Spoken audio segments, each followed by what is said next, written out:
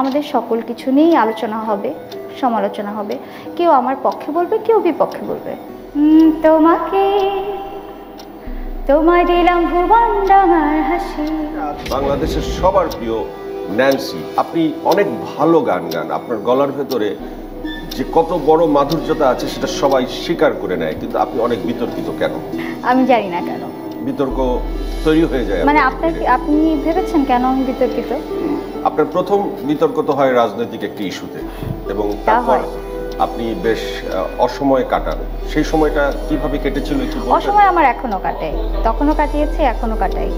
তবে একটি ঘটনার কারণে না, আমার ব্যক্তিগত জীবন আছে, সবারই যায় অসময়, আপনার যায় না? আপনার একটা ইন্টারভিউতে আমি দেখেছিলাম যে আপনাকে প্রশ্ন করা হয়েছিল যে আপনি কেন এখন উপস্থাপনা করছেন। আপনি বললেন যে আমি তখন কাজ পাচ্ছিলাম না।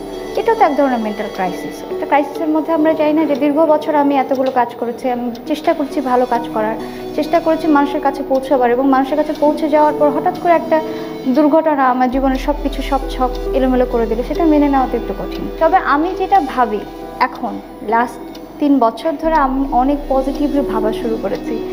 6000 mAh battery, one and only Power Master NextG N73। আগে পজিটিভলি ভাবতে পারতাম না, মাথা কাজ করতো না। যেটা সহজ হিসাব ভাবি যে আমি কোনো কিছু করার আগেই এটা হেডলাইন হয়ে যায়। এইটার একটা কারণ আমি পজিটিভলি ভেবে দেখেছি যে হয়তো আমি এতটাই জনপ্রিয় বা মানুষের কাছে এতটাই প্রিয় যে আমি কি করছি, কি খাচ্ছি, কোথায় যাচ্ছি, কেন করছি, কি বলছি সেটা অনেক ইম্পর্টেন্ট। এই জন্যই আলোচনা হয়, তর্ক হয়, তর্ক থেকে বিতর্ক হয়। সমালোচনাকে এখন আপনি কি ভিন্ন চোখে দেখছেন? আমি একটু সেন্সিটিভ, সবাই সেন্সিটিভ যারা এই ধরনের কাজের সাথে, শৈল্পিক কাজের সাথে জড়িত থাকে, সব মানুষরাই কিন্তু একটু সেন্সিটিভ হয়। আমি মনে হয় আরেকটু বেশি সেন্সিটিভ। এটা মানুষের সাথে না মেশার কারণে হুট করে কোনো কথা আমি কিন্তু নিতে পারি না। আগে আমার মনে হতো যে এই কথাটা বললো কেন বললো, বা এই ধরনের কথা কেন আসবে, বা আমি তো ওনার সাথে অতটুকু ক্লোজ না যে আমাকে এই কথাটা বলা যেতে পারে, বা আমি তো কারো ব্যাপারে অতটা অযাচিত আগ্রহ দেখাচ্ছি না, তাহলে আমার ব্যাপারে কেন, এগুলো আগে আমার মনে হতো। এখন আমি বুঝিয়ে নিয়েছি ক্যারিয়ারের 15 বছর পর যে আমাদের আসলে ওরকম পার্সোনাল লাইফ বলতে কিছু থাকবে না। আমাদের সকল কিছু নিয়েই আলোচনা হবে, সমালোচনা হবে। কেউ আমার পক্ষে বলবে, কেউ বিপক্ষে বলবে।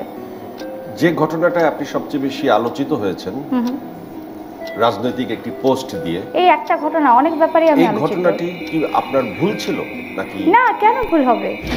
আপনি এখনো মনে করছেন না সেটা ভুল ছিল? কেন ভুল? আপনি একটা দলকে পছন্দ করতে পারেন, সেটা আপনার কেন ভুল হবে? আপনি তো অসংখ্য গান গেয়েছেন, অসংখ্য গানে আপনি প্লেব্যাক করেছেন। আপনার গাওয়া সেরা গান কোনটি? বেশ কয়েকটাই আছে আমার কাছে। একটি গান আপনাকে একটি গান বলতে বললে কঠিন আমার জন্য। হঠাৎ মনে আসে আপনার প্রিয় একটি গান যদি আপনাকে? না, আমার একটা করে আসে না তো, কয়েকটা মাথায় চলে আসে। আচ্ছা, কয়টা আসছে? সে কয়টা একটু যদি প্রথমটা একটু শোনান আমাদেরকে। প্রথমটা একটু শোনাবো? এখন মনে হচ্ছে প্রিন্স মাহমুদ ভাইয়ের ভুবন ডাঙার হাসি। একটু শোনাবেন? আপনার সাথে হেসে হেসে কথা বলছি তো, হাসির কথাই মনে আসছে। সেই কথাটাই আপনি গানে গানে যদি বলেন। তোমাকে তোমায় দিলাম ভুবন ডাঙার হাসি,